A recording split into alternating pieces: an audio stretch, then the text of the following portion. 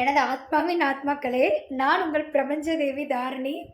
இன்னைக்கு நம்ம பார்க்க போகிற வீடியோவில் வந்து மகிஷாசூரன் இந்தியாவில் நல்ல அரசர், இதனை உலகம் ஏற்குமா அப்படின்ற தலைப்பில் பார்க்க போகிறோம். இந்த வீடியோவை நான் நேற்று போடணும்னு நினச்சேன். சரி, எல்லாமே வந்து அனைத்து ரகசியங்களையும் வெளியிடக்கூடிய காலம் வந்துருச்சுன்னு நினைக்கிறேன். சரி, அந்த ராவணன் டிபேட் இருக்கு, இன்னமும் இன்ஸ்டாகிராமில் சண்டையை போட்டுக்கிட்டு இருக்காங்க. எனக்கு மென்ஷன் பண்ணி இல்லை, எனக்கு மென்ஷன் பண்ணாதீங்கடா, எனக்கு வேலை இருக்குடான்னு நான் ஓப்பனாகவே சொல்லிட்டு வந்துட்டேன். இந்த டைம்லேயும் எனக்கு வந்து சண்டையை போட்டுக்கிட்டு இருக்காங்க. நீ அவ்வளோ பெரிய ஆளா, ராவணன் இப்படி அப்படின்றதெல்லாம் அதான் நான் ஒரு இதுக்கு மட்டும் கமெண்ட்டை போட்டு விட்டேன். எனக்கு முடியலைங்க என்னால்.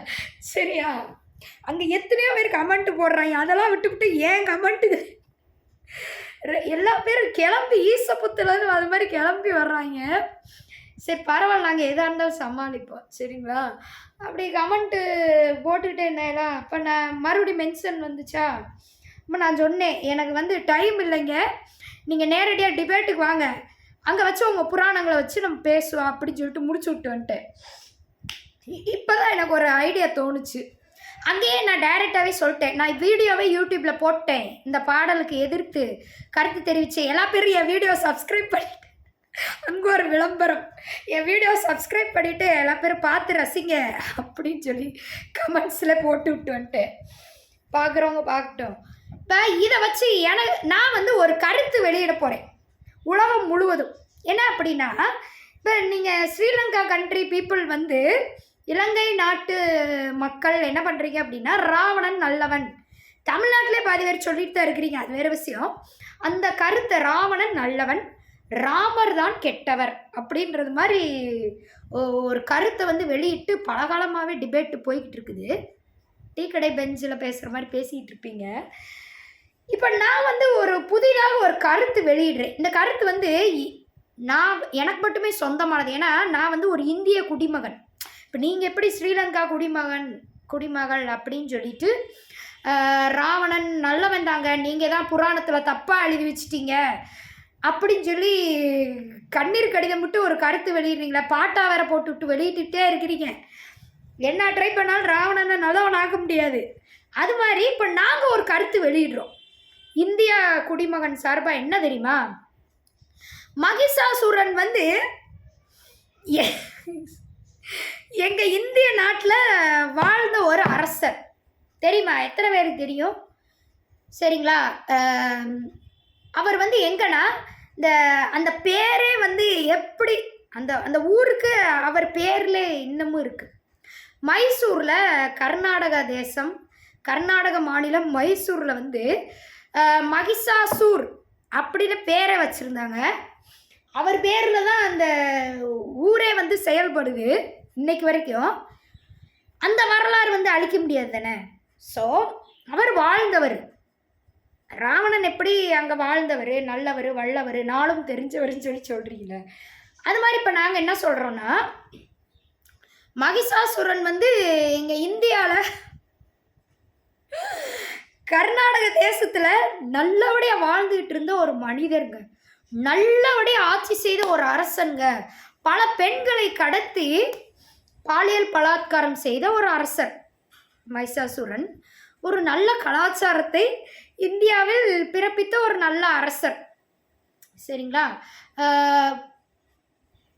அவருக்கு வந்து ஆசை வந்துருச்சு அப்படின்னா எந்த பெண்களை, அதுவும் தேவலோக பெண்களை கூட அவர் கடத்தி தன்வசப்படுத்தி வச்சுக்கிடுவார். அவங்கள வந்து வெளியே விட மாட்டார். இப்படி வாழ்ந்த ஒரு அரசருக்கு இந்த துர்காதேவிக்கு என்ன தைரியம் இருந்தா, இப்போ நாங்கள் கேட்குறோம், இது மாதிரி ஒரு கருத்து வந்து வெளியிடுறோம். சரிங்களா, துர்காதேவிக்கு என்ன தைரியம் இருந்தால் அவரை போய் எதிர்த்து சண்டை போட்டு பல பெண்களை வந்து விடுவிச்சு அந்த மகிஷாசூரனை வந்து அழிச்சு அந்த கலாச்சாரத்தை மாற்றி இந்திய மக்களுக்கு நல்லது பண்ணலாம். எவ்வளோ தைரியம் இருந்தால் அந்த துர்காதேவி இப்படி பண்ணியிருக்கலாம். இப்போ துர்காதேவி கெட்டவங்க, சரிங்களா, மகிஷாசுரன் என்கிற அரசன் வந்து நல்லவர். ஓகேங்களா, இது மாதிரி தான் இது மாதிரி நான் சொன்னால் நீங்கள் ஏற்றுக்குவீங்களா? இப்போ நாங்கள் வந்து மகிஷாசுரனுக்கு வந்து சிலை வைக்க போகிறோம் இந்தியாவில், சரிங்களா? அந்த மைசூருக்கே போயிட்டு இப்போ நான் என்ன பண்ண போகிறேன் அப்படின்னா, இது வந்து நிறைய புராண வரலாறு இருக்குது, இன்றைக்கும் வரலாறு இருக்குது. மகிஷாசுரன் கர்நாடகாவில் வாழ்ந்ததுக்கான வரலாறு இருக்குது. அவர் பேர்லே வந்து ஊர் இருக்குது. இப்போ இதெல்லாம் வச்சு அவர் நல்லவர், நல்ல அரசன், நாட்டில் பல நற்காரியங்கள் செய்த ஒரு அரசன் அப்படின்னு சொல்லி அவருக்கு சிலை வைக்கிறதா நான் வந்து ஐடியா பண்ணியிருக்கிறேன். இதுக்கு உங்கள் இந்த கருத்தை நான் வந்து வெளியிடுறேன், சரிங்களா? இதை நீங்கள் வந்து உலகம் முழுவதும் ஏற்றுக்குவீங்களா? மகிஷாசுரன் நல்லவன், நல்ல அரசன், துர்காதேவி கெட்டவங்க அப்படின்றத நீங்கள் ஏற்றுக்குவீங்களா? இது மாதிரி தான் நீங்கள் வந்து இந்த ராவணனை பற்றி அவங்க அங்கே வாழ்ந்தாங்கன்ற ஒரே காரணத்துக்காக புராண கருத்தையே எதிர்த்து நீங்கள் வந்து இப்போ பாட்டு போடுறதும் படம் எடுக்கிறதும் இருக்குது, சரியா? இலையை படிங்கடா அப்படின்னு சொல்லி இதுக்கு தான் சொல்கிறாங்க, சரியா? போய் புராண புத்தகங்களை எடுத்து படிங்க. வரலாறு அடையாளங்களே இருந்தாலும் புராணங்கள் என்ன சொல்கிறது, அந்த வரலாறு அடையாளம் எப்படி வந்துச்சு? இப்போ இந்த வரலாறு அடையாளம் ராவணனுக்கு அங்கே எப்படி வந்துச்சு, மகிஷாசுரனுக்கு இங்கே எப்படி வந்துச்சு, இதற்கான விளக்க உரை எங்குள்ளது? எதை வைத்து இவங்கெல்லாம் நல்லவங்களா கெட்டவங்களா நம்ம வந்து தெரிஞ்சுக்கிறோம் சொல்லுங்கள்? அவங்கள எதிர்த்து துர்காதேவி அழிச்சதுக்கான கோவில்கள் இருக்குது, மகிஷாசுரனை நேரடியாக அழித்த சிலையே இருக்குது, சரிங்களா? அதில் அவங்க கடவுள் மாதிரியும் மகிஷாசுரனை அரக்கர் மாதிரி எருமை தலையோட அரக்கர் மாதிரி கட்டியிருப்பாங்க. சூலாயத்தை வச்சு ஒரு அடிச்சு விட்ருப்பாங்க நம்ம துர்காதேவி மேடம், சரிங்களா? அவங்க அப்பயே ராக் பண்ணியிருக்காங்க ஒரு பெண்ணாக இருந்துக்கிட்டு. ஏன்னா அவங்களுக்கு அந்த விஷயத்தில் ஒரு சாபம், ஒரு பெண்ணால் தான் அவனுக்கு அழிவு அப்படின்னு சொல்லிட்டு, அதனால எந்த பெண்ணும் அழிக்க முடியாதுன்னு நினச்சிட்டு அவன் வந்து அப்படி ஜாலியாக விளாண்டுட்டு இருந்தான். பார்வதி தேவி ஒரு பெண் தான் திட்டுறதை அவன் மறந்துட்டான். பார்வதி தேவி ஆதிசக்தியின் வடிவம் அப்படின்றத அவன் மறந்துட்டு தான் இந்த ஆட்டம் ஆடிட்டு இருந்தான். பார்வதி தேவி திடீர்னு துர்காதேவி அவதாரம் எடுத்து அவனை போய் அழிச்சு விட்டாங்க. அப்புறம் அந்த அப்போதைக்கு கைது பண்ணி வச்சுருந்த பெண்களெல்லாம் அவங்க விடுவிச்சிட்டாங்க. இதெல்லாம் செஞ்சுருக்குறாங்க. இதுக்கும் வரலாறு இருக்குது, சரிங்களா? அப்போ இதில் யார் நல்லவங்க கெட்டவங்கன்னு வந்து நீங்கள் கோவில் வரலாறு, புராணங்கள், சிவபுராணம் சொல்லுது, ஸ்ரீதேவி மகாத்மியம் புராணம் சொல்லுது, பல புராணங்கள் சொல்கிறது. கோவில்கள் இருக்குது, நேரடியான அடையாளம் கோவில்கள் இருக்குது, அவங்களுக்காக பாரம்பரிய கோவில்கள் இருக்குது, சரிங்களா? இப்போ அதை வச்சு தான் நம்ம வந்து தெரிஞ்சுக்கிறோம் யார் நல்லவங்க யார் கெட்டவங்கன்னு தெரிஞ்சுக்கிட்டு சமுதாயத்தில் நல்லபடியாக வாழ்க்கை வாழ்ந்துட்டு போகிறோம். சரி, இவங்களெல்லாம் நம்ம பின்பற்றக்கூடாது, இவங்களெல்லாம் பின்பற்றணும் அப்படின்னு.